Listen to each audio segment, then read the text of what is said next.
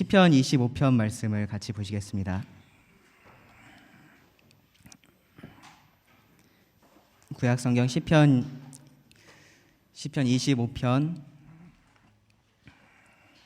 오늘 저는 이 본문을 통해서 좁은 길에서 드리는 기도라는 제목으로 말씀을 드리려고 합니다. 좁은 길에서 드리는 기도.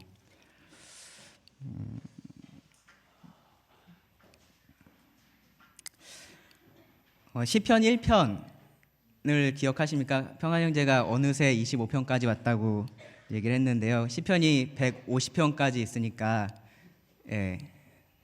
단순 계산으로 6분의 1을 온 건가요? 맞나요? 그렇죠. 6분의 1을 왔습니다. 물론 시편 119편이라는 큰 산이 남아있긴 합니다. 시편 1편이 어떻게 시작했는지 여러분들 기억하실 것입니다. 그 시편 1편에 보시면 두 종류의 길에 대해서 말씀을 합니다. 복 있는 자의 길이 있고 다른 한편으로 악인의 길이 있습니다. 복 있는 자의 길은 말씀에 따라서 열매 맺는 그런 풍성한 삶이라고 말씀하고 있고요. 그렇기 때문에 하나님께서 인정하시는 길이다라고 말씀합니다. 악인의 길은 이 복 있는 자의 길과는 전혀 다릅니다. 악인의 길은 그렇지 않다, 그렇지 않음이여 라고 말하고요. 이 의인과 함께 하지 않고 하나님의 심판을 받습니다. 이 시편 1편의 말씀만 보면 어떤 생각이 드냐면요. 만약에 이 성경에 다른 말씀이 하나도 없고 시편 1편만 있다라고 하면 어떤 생각이 드냐 하면은 복 있는 사람 혹은 의인은 항상 뭔가 잘 되고 악인은 그렇지 않을 것 같습니다. 복 있는 사람은 모든 것이 잘 되고 우리가 보기에 부족함이 전혀 없을 것 같고 원하는 대로 다 잘 되는 그러한 삶을 살 것 같고요. 악인은 그럴 것 같지 않습니다. 사실 그런 기대를 가지고 교회를 다니거나 예수님을 믿는다라고 말씀하는 분들도 계십니다. 그냥 막연하게 뭔가 이렇게 잘 되기를, 이 세상에서 뭔가 잘 되기를, 자기가 원하는 것이 이루어지기를 바라는 마음으로 뭐 이렇게 집에 부적 같은 거 붙이죠. 뭐 이렇게 베개에다가 이렇게 부적 같은 거 넣어놓고 다니기도 하고 뭐 그러한 일들도 있고요. 또 뭐 묫자리를 잘 써야 된다라고 해서 묫자리를 이렇게 뭐 옮기거나 하는 일들도 있습니다. 뭐 새벽에 요즘에도 그런 분들이 계신가 모르겠는데 예전에는 보면 이렇게 아침에 일찍 일어나서 이제 장독대 같은데 이렇게 물 떠다 놓고 이렇게 뭔가를 이렇게 빌었던 그러한 분들도 계십니다. 마치 그렇게 하던 것이 그 대상만 하나님으로 바뀐 것 같은 그러한 믿음을, 그러한 신앙을 가지고 계신 분들도 계십니다. 만약에 시편 1편의 말씀만 있다면 사실 우리가 그러한 부분에 대해서 뭐라고 이야기하기가 어려울 것입니다. 그런데 이 성경에서 말하는 진리들은 사실 우리가 너무 이렇게 너무 단순화시키면은 우리가 오해하기 쉬운 면들이 많이 있습니다. 의인은 복을 받고 악인이 심판을 받는 것, 분명히 성경에서 말씀하고 있는 부분입니다. 그런데 거기서 말하는 복과 심판이 우리가 생각하는 것과는 다를 수 있습니다. 성경은 그 결과로서의 복을 이야기하는데 우리는 과정으로서의 복을 기대할 수 있습니다. 성경은 하늘에서 받을 복에 대해서 얘기하는데 우리는 이 땅에서 받을 복에 대해서 생각할 수 있습니다. 성경은 영원한 것에 대해서 얘기하고 있는데 우리는 이 땅에서 순간적인 것을 생각할 수도 있고요. 성경은 영적인 부분을 이야기하고 있는데 우리는 육적인 부분을 기대할 수도 있습니다. 실제로 우리가 시편을 지금 25편까지 오면서 사실 여러 편의 말씀이 의인이 당하는 고난에 대한 말씀이었습니다. 그리고 바로 이 시편 전에 있는 욥기의 말씀만 봐도요. 이 의인은 복을 받고 악인은 심판을 받는다라고 아주 단순하게 생각하는 것이 얼마나 잘못됐고 또 때로는 위험하기까지 한지를 우리가 볼 수 있습니다. 또 우리의 삶을 봐도 그렇습니다. 내가 항상 순종의 삶을 살고 뭔가 열심히 하나님 말씀에 따라서 산다고 할 때 항상 좋은 일만 나에게 일어나지는 않습니다. 신약에 와서 보시면 예수님도 이 인생의 두 길에 대해서 말씀을 하셨었는데요. 마태복음 7장 13절과 14절에 있습니다. 어떻게 말씀하셨냐 하면 좁은 문으로 들어가라. 멸망으로 인도하는 문은 크고 그 길이 넓어 그리로 들어가는 자가 많고 생명으로 인도하는 문은 좁고 길이 협착하여 찾는 자가 적음이라. 예수님도 두 개의 길을 말씀하십니다. 하나는 생명으로 인도하는 길이고요. 하나는 멸망으로 인도하는 길입니다. 쉽고 좋은 길, 우리가 만약에 처음에 제가 말씀드렸던 의인은 복을 받고 악인은 심판을 받는다라는 것만 생각을 하면 쉽고 좋은 길은 생명으로 인도하는 길이어야지 맞습니다.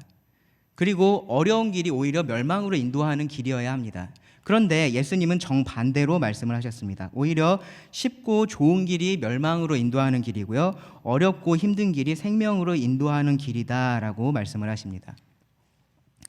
우리가 이런 부분들을 어떻게 이해를 해야 될까요? 예수님 스스로도 어떤 말씀을 하셨었냐 하면은 예수님이 주는 평안은 세상이 주는 것과 같지 않다라고 말씀을 하셨었습니다. 그리고 수고하고 무거운 짐진 자들에게 다 내게로 오라, 그럼 내가 너희들을 쉬게 하겠다라고 말씀을 하셨었습니다. 그런데 왜 이 생명으로 인도하는 길이 좁고 협착하다라고 말씀을 하실까요? 믿는 자의 삶은 이 좁은 길은 고난이 없이 평안한 삶이 아니기 때문에 그렇습니다. 사실은 고난이 있는 것이 믿는 자의 삶입니다. 고난이 있는 것이 좁은 길의 삶입니다. 하지만 그 안에, 그 좁은 길 안에, 그 고난이 있는 그 안에 하나님의 평안과 기쁨이 함께 있는 것이 좁은 길입니다. 세상의 평안과 기쁨은 상황에 따라서 달라집니다. 그렇기 때문에 사람들이 그런 좋은 상황에, 자신이 평안할 수 있는 상황에, 기뻐할 수 있는 상황에 들어가려고 노력을 합니다. 그런 것들을 놓치지 않으려고 노력을 합니다. 그런데 예수님께서 말씀하신 이 평안과 기쁨은 그러한 상황에 달려있지 않고 변하지 않는 하나님에게 달려있는 문제입니다. 상황하고는 관계가 없습니다. 문제는 우리가 고난을 그렇게 바라볼 수 있느냐 없느냐입니다. 지금 나에게 닥친 이 어려움을 그러한 시각으로 바라볼 수 있느냐 없느냐입니다. 그리고 그렇게 말씀하신 하나님을 내가 신뢰할 수 있느냐 없느냐의 문제입니다. 시편 1편의 말씀이 두 길을 앞에 두고 선택을 하는 것에 대해서 말씀을 하고 있다면, 이 시편 25편은 이미 한 길을 선택한 사람에 관한 내용입니다. 이미 이 의인의 길을, 이 좁은 길을 선택한 자가 그 안에서 드리는 기도에 대한 내용입니다.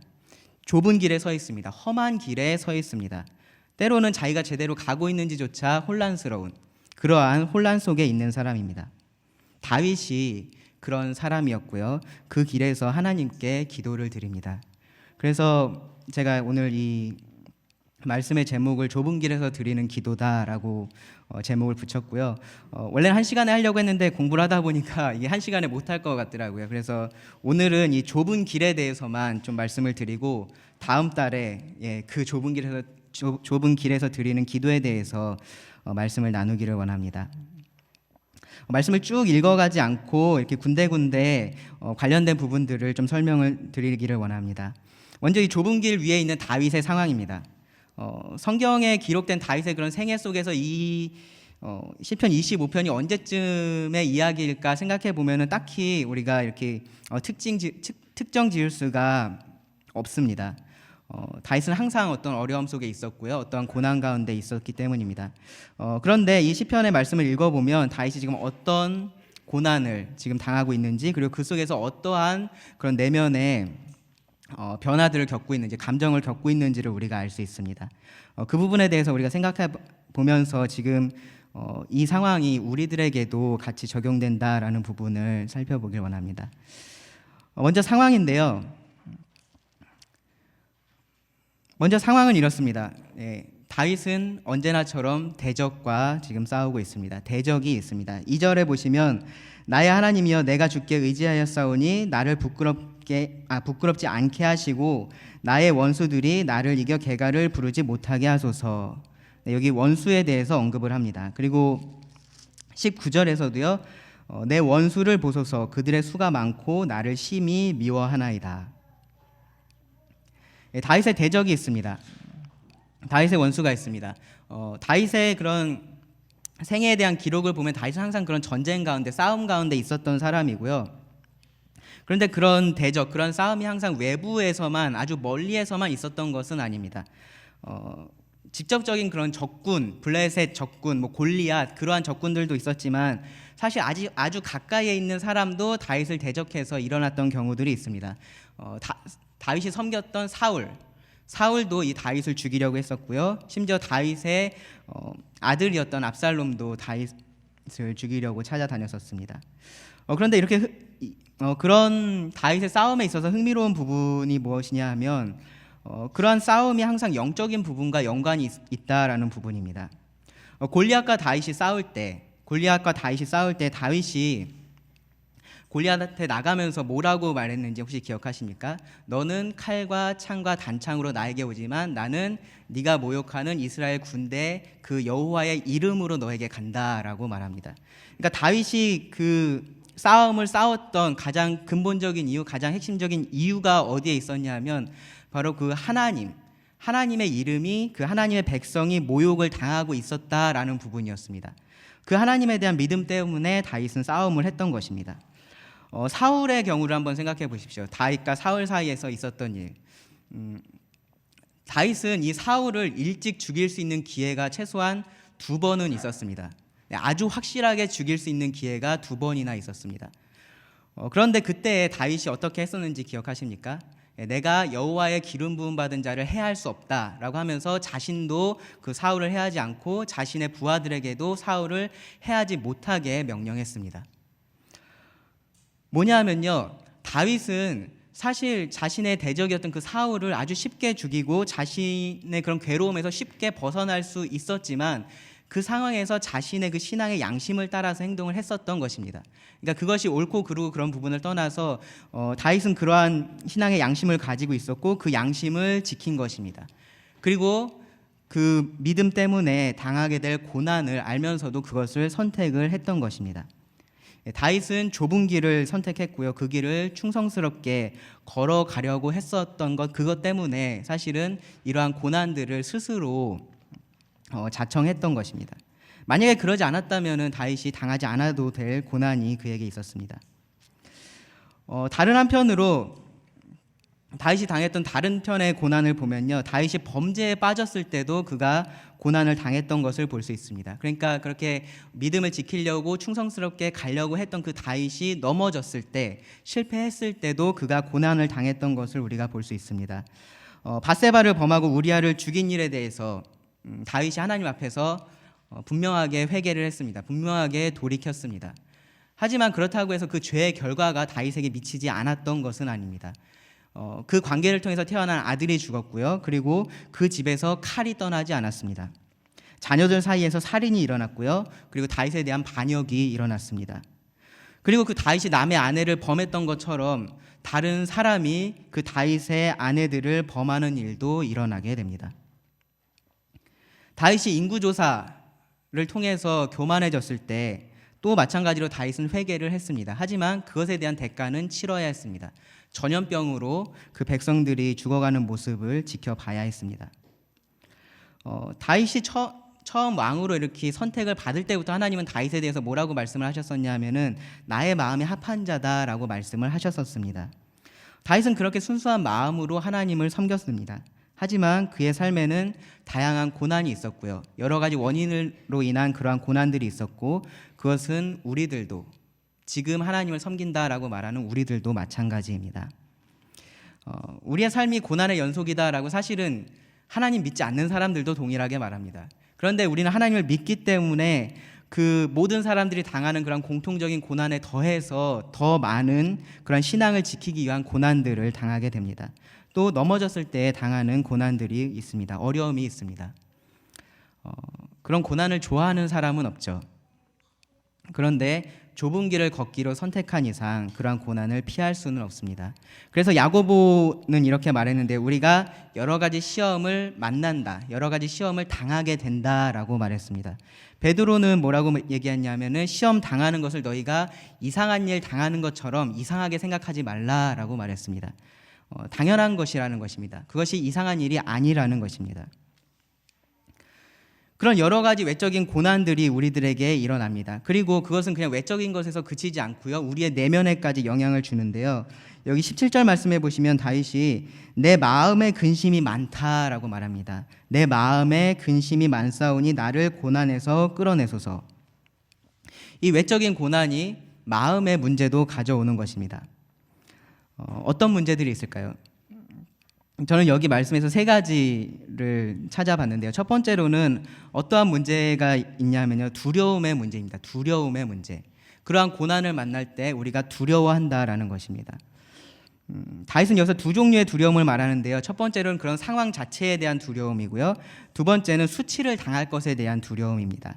2절 말씀에 보시면 나의 하나님이여 내가 주께 의지하였사오니 나를 부끄럽지 않게 하시고 나의 원수들이 나를 이겨 개가를 부르지 못하게 하소서. 수치 당할 것에 대한 두려움에 대한 얘기고요. 19절 말씀은 내 원수를 보소서 그들의 수가 많고 나를 심히 미워하나이다.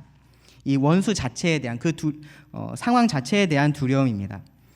나하고 뜻을 같이 하지 않는 사람이 있다라는 것, 그런 사람이 한 사람쯤 있으면은 그것이 그렇게 달갑진 않죠, 그렇죠? 그것이 그렇게 좋아할 만한 일은 아닙니다.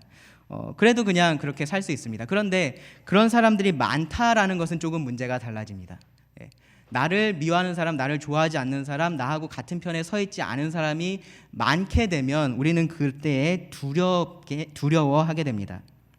그들이 적극적으로 나를 미워한다? 예, 그럼 더더욱이나 그렇습니다. 시편 3편의 말씀이 다윗이 그 아들 압살롬을 피해서 도망할 때 그때 지은 시인데요.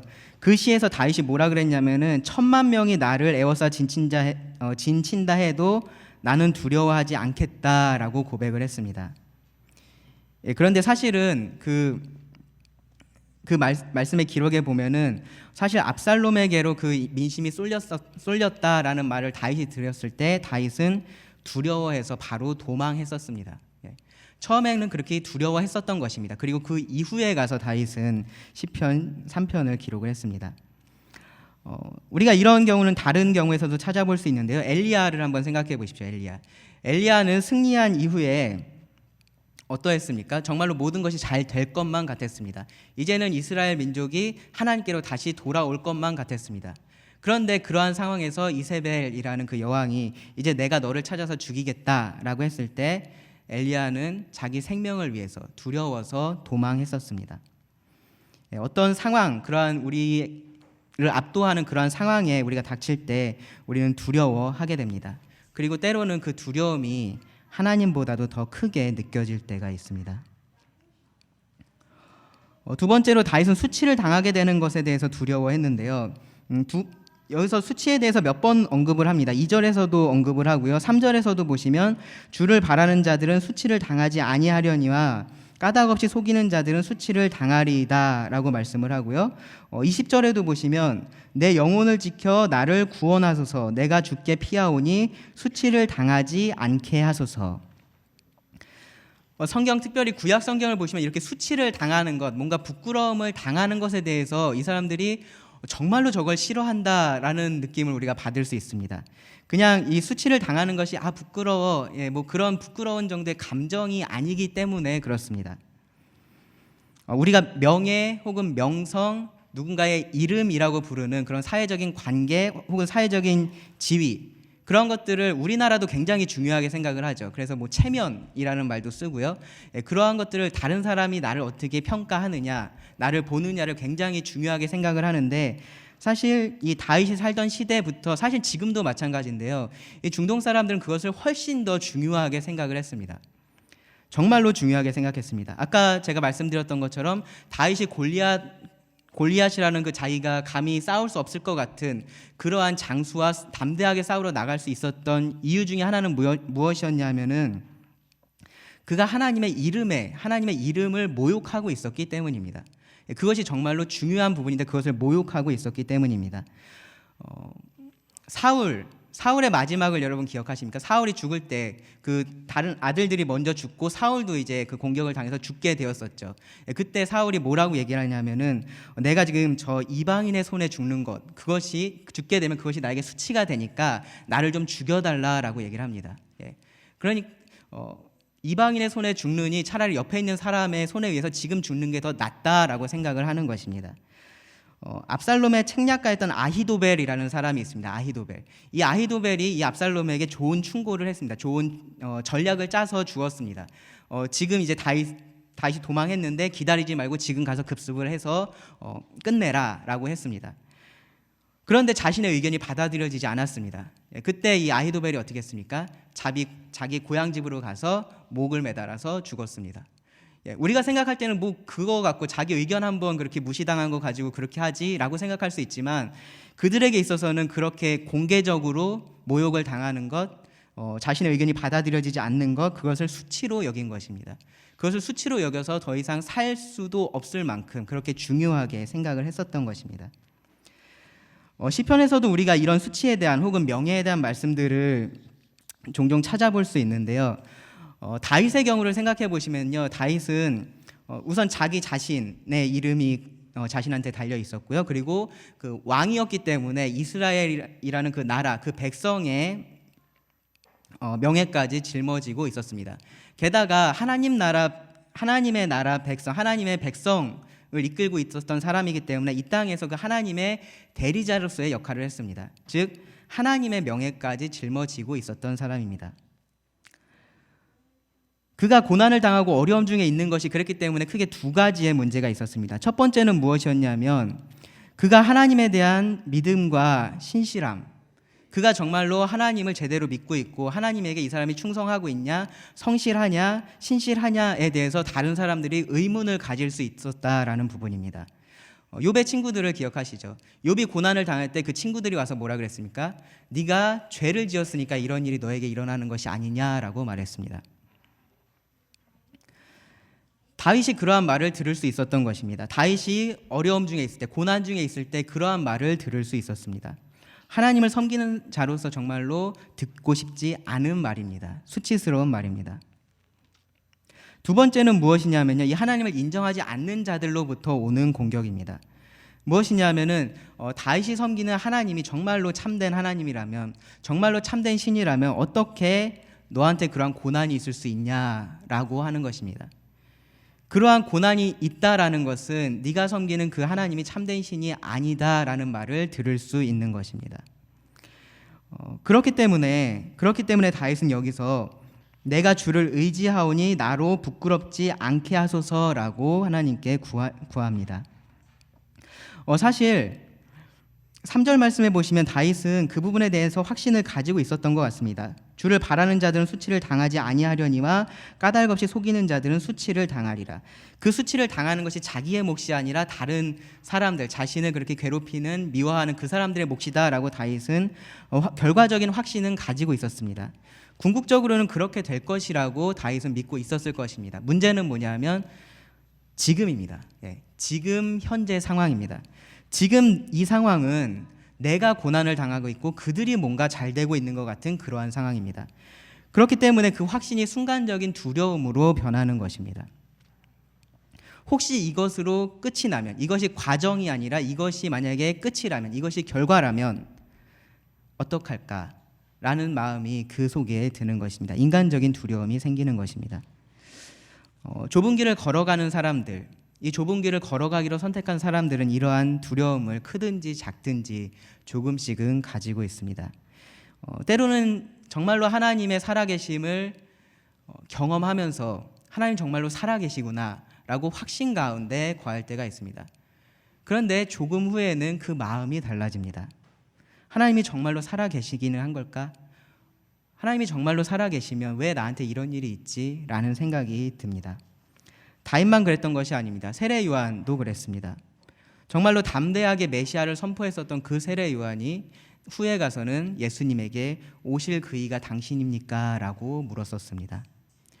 욥도 그 고난 중에서 뭐라고 고백을 했었냐면 내가 앞으로 가도 그가 아니 계시고 뒤로 가도 보이지 않는다라고 고백했습니다.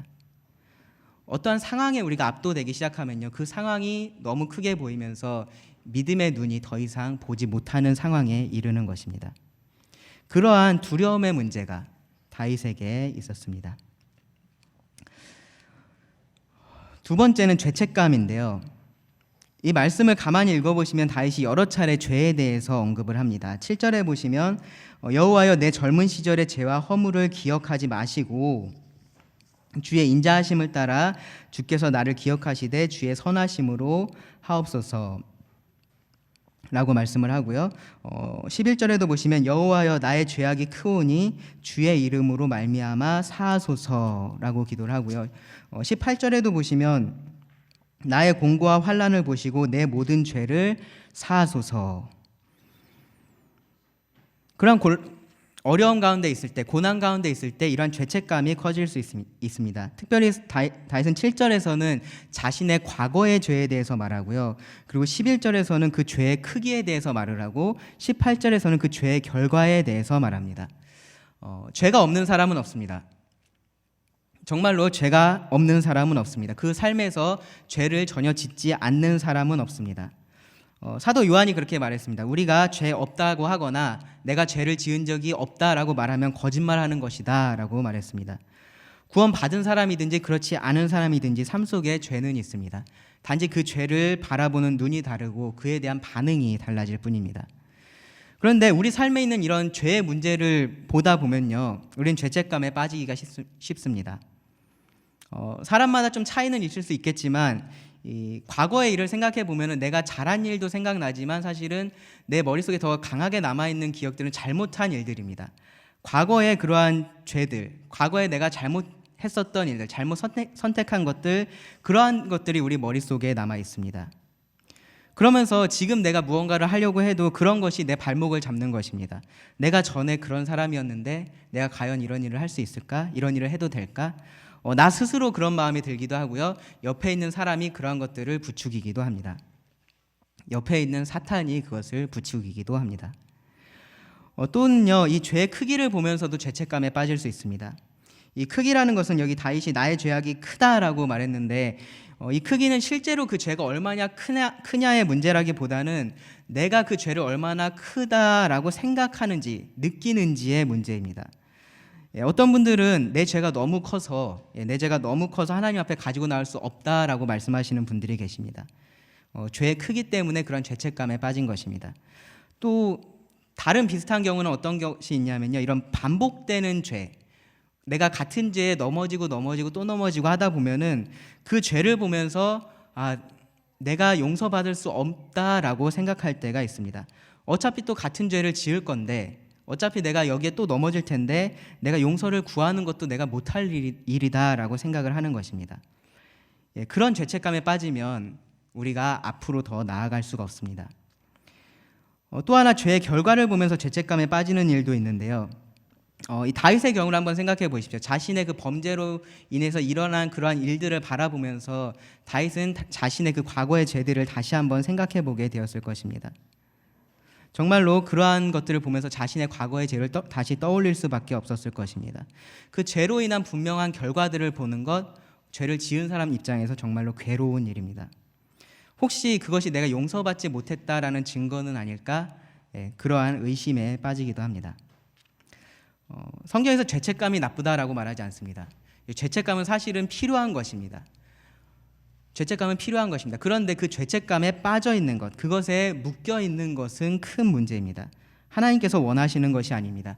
그 죄책감으로 나의 죄를 깨닫고 하나님 앞에 나아가서 그 죄의 문제를 해결하는 것, 그것이 하나님께서 원하시는 것인데 사탄은 우리가 그렇게 못하게 합니다. 계속해서 너 과거의 죄를 생각해봐. 지금 너의 죄를 생각해봐. 얼마나 그 죄가 크냐. 얼마나 네가 같은 죄를 계속해서 반복하고 있냐. 이것은 해결될 수 없는 거다.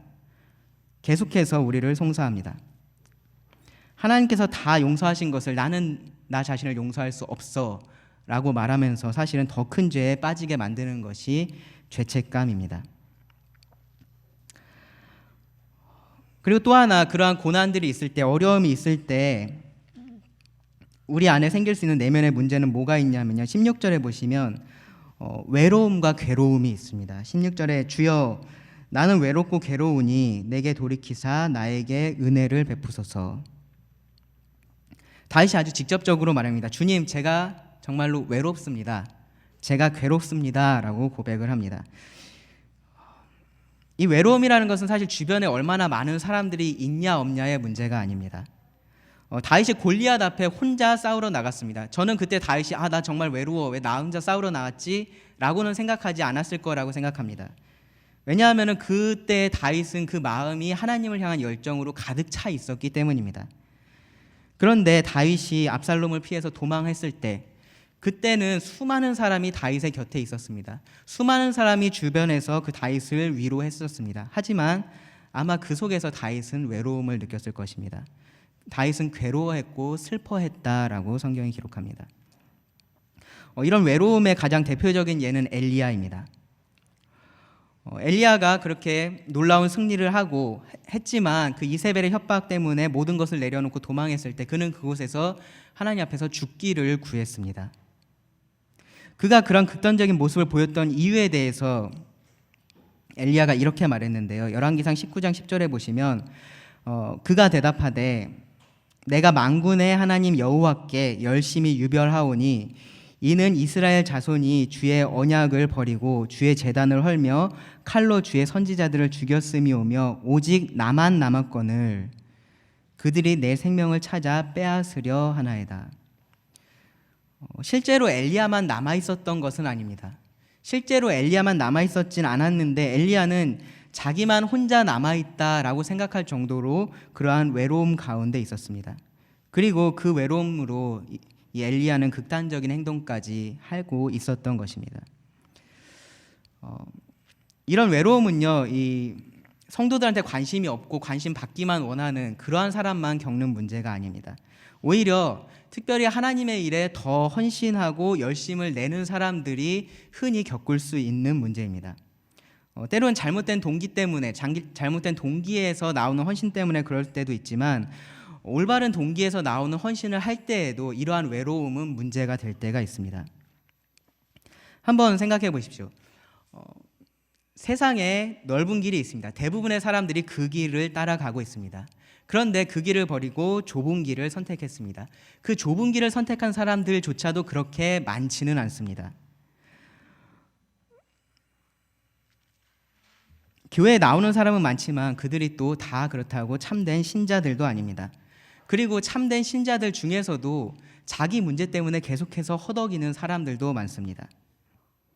그런데 그러지 않고 뭔가 더 스스로 열심히 하려고 하고 헌신하려고 하는 사람이 그 중에 있습니다. 근데 그 숫자가 정말로 적습니다. 그 자체로만도 외롭습니다. 그런데 더 큰 문제는 뭐냐 하면요. 사람이 적다 보니까 일을 더 많이 해야 합니다. 계속해서 자기가 헌신하려고 하다 보면 더 많은 일이 맡겨지게 되고요. 자연스럽게 일이라는 것에 매이게 됩니다. 그러면서 성도와의 교제도 멀어지고요. 하나님과의 교제에서도 멀어집니다. 그렇게 열심히 정말로 자기는 시간을 쪼개서 열심히 삽니다. 그러다가 어느 순간 뒤돌아보면 내가 이 일을 왜 하고 있을까라는 생각이 들 때가 있습니다. 내가 도대체 뭘 위해서 이렇게 열심히 하고 있을까라는 생각이 들 때가 있습니다. 다른 사람들은 그냥 적당히 교회 생활하고 신앙생활 하면서 즐기면서 잘 사는 것 같은데 나만 괜히 유난 떨고 있는 것은 아닐까? 왜 나만 이렇게 바둥바둥 아둥바둥 하면서 살까? 라는 생각이 들 때가 있습니다. 그때의 외로움이 찾아옵니다. 그때의 시선을 잘못 돌리면요, 다른 사람에 대한 원망이 나오고요, 불평이 나옵니다. 아마 엘리야가 그런 경우였을 것입니다. 그렇기 때문에 이 좁은 길은요, 기본적으로 외로움을 느끼기가 쉬운 길입니다. 시편 25편에서 우리가 볼 수 있는 다윗의 상황은 이렇습니다. 그에게 어려움이 있었습니다. 원수들로 인한 고난이 있었습니다. 그리고 그러한 것들 때문에 다윗은 내면에서의 문제도 겪고 있습니다. 그것이 다윗에게만 특별한 것은 아니었고요. 이 좁은 길을 걸어가는 모든 사람들이 사실은 공통적으로 겪을 수 있는 문제들입니다. 자, 그럴 때 어떻게 해야 될까요? 그러한 문제들이 나에게 있을 때, 그러한 고난이 나에게 있고 나에게 외로움이 찾아오고 나에게 두려움이 있고 내가 죄책감에 빠지는 것 같을 때, 그럴 때 우리가 어떻게 해야 될까요? 그 부분에 대해서 다음 달에 말씀을 나누기를 원합니다. 말씀을 마무리하면서 한 가지만 더 말씀을 드리길 원합니다. 무엇이냐면요, 그럴 때 우리가 선택할 수 있는 여러 가지 방법들이 있습니다. 뭐냐 하면 첫 번째로 하나님을 원망할 수 있습니다. 하나님, 왜 저한테 이런 상황을 주십니까? 제가 하나님을 믿고 이렇게 열심히 살아가는데 왜 저에게 이러한 상황을 주십니까? 하나님을 원망하고 불평할 수 있습니다.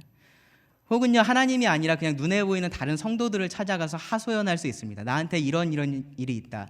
내가 정말로 이것 때문에 힘들다라고 하소연할 수도 있습니다. 아니면요, 그러한 상황을 그냥 인간적으로 내 힘으로 어떻게든 해결해 보려고 노력해 볼 수도 있습니다. 여러 가지 것들을 우리가 할 수 있습니다. 그런데 내가 무엇을 해야 되느냐라는 질문을 하기에 앞서서요, 사실은 우리가 꼭 생각해 봐야 할 것이 있습니다.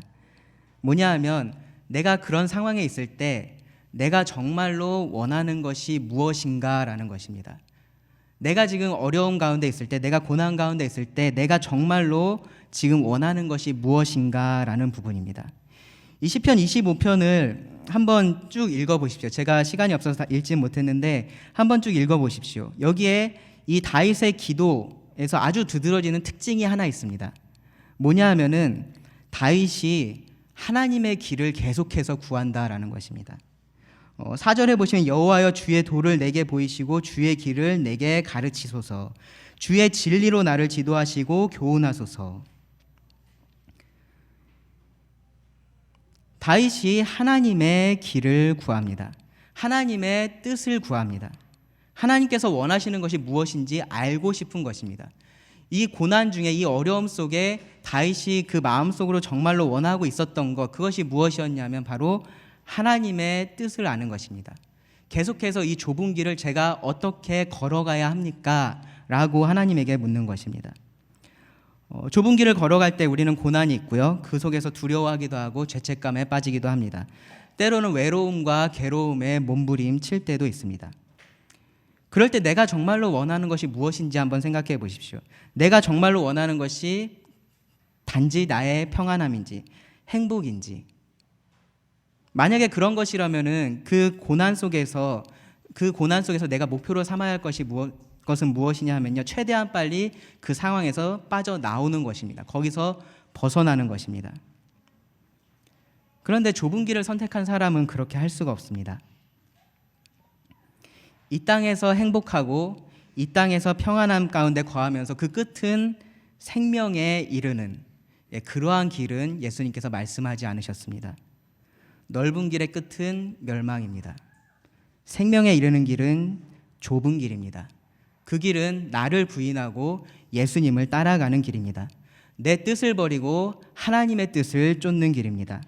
그래서 우리한테 중요한 것은요, 우리가 쉴만한 물가에 있든지 푸른 풀밭에 있든지 아니면 사망의 음침한 골짜기에 있든지, 우리한테 중요한 것은 무엇이냐 하면 지금 여기서 하나님께서 나에게 원하시는 것이 무엇인가라는 것입니다. 목자가 나를 어디로 이끌어 가기를 원하는지를 내가 알고 그 길을 내가 가는 것, 그것이 중요합니다. 우리가 당하는 고난이 별것 아니다라고 말씀드리는 것은 아닙니다. 일부러 우리가 그냥 고통 가운데 계속 있으려고 노력해야 된다라는 것도 아닙니다. 어떤 분들은 그렇게 말씀하시는 분들 계세요. 우리가 고통 가운데 있어야 되니까 약도 쓰면 안 되고, 나쁜 일이 있으면, 그러한 고통이 있으면 그것을 그대로 우리가 받아야 된다. 그러한 문제가 아닙니다. 일시적인 것보다 영원한 것의 가치를 알아야 한다라는 것입니다. 이 땅의 것보다 하늘의 것이 더 소중하다라는 것을 우리가 알아야 한다라는 것입니다. 지금보다 장차 올 것, 그것이 더 실체이다라는 것을 우리가 보아야 한다라는 것입니다. 그렇기 때문에요, 언제나 무엇보다 가장 중요한 것, 가장 가치 있는 것은 무엇이냐 하면 먼저 그의 나라와 그의 의를 구하는 것입니다. 우리가 당하는 지금의 고난은 장차 올 영광과 비교할 수가 없습니다. 그렇기 때문에요, 우리가 이 고난 속에 있을 때 이 고난에서 벗어나는 것, 고난에서 벗어나는 것이 우리가 구해야 할 바가 아닙니다. 내가 이 속에서 어떻게 하나님을 높일 수 있는지, 그것을 구해야 합니다. 그것이 우리가 고난 중에서 드려야 할 기도입니다. 여호와여 주의 도를 내게 보이시고 주의 길을 내게 가르치소서. 이 기도에 대해서 다음에 함께 나누겠습니다. 기도하시고 말씀을 드리겠습니다. 주님께서 우리를 또 좁은 길로 부르시고 또 그 길을 걸어갈 수 있도록 하심에 감사를 드립니다. 때로는 그 길이 저희가 보기에 너무 어렵고 험해서 또 좌절하고 낭망하게 될 때가 있습니다. 하지만 그러할 때에도 하나님은 우리가 가야 할 길을 비춰주심에 감사를 드립니다. 우리가 계속해서 그 말씀의 빛을 따라가고 그 빛을 따라 살아가기 원합니다. 고난 중에서 여전히 우리 주님의 뜻을 구하며 그 뜻에 따라가기를 원합니다. 이 영혼의 가치를 알게 하시고 또 그것을 바라보며 살아갈 수 있도록 우리의 눈을 열어서 그 가치를 볼 수 있게 하여 주시옵소서. 들은 말씀 주님께 의지하오며 모든 기도 예수님의 이름으로 기도드립니다.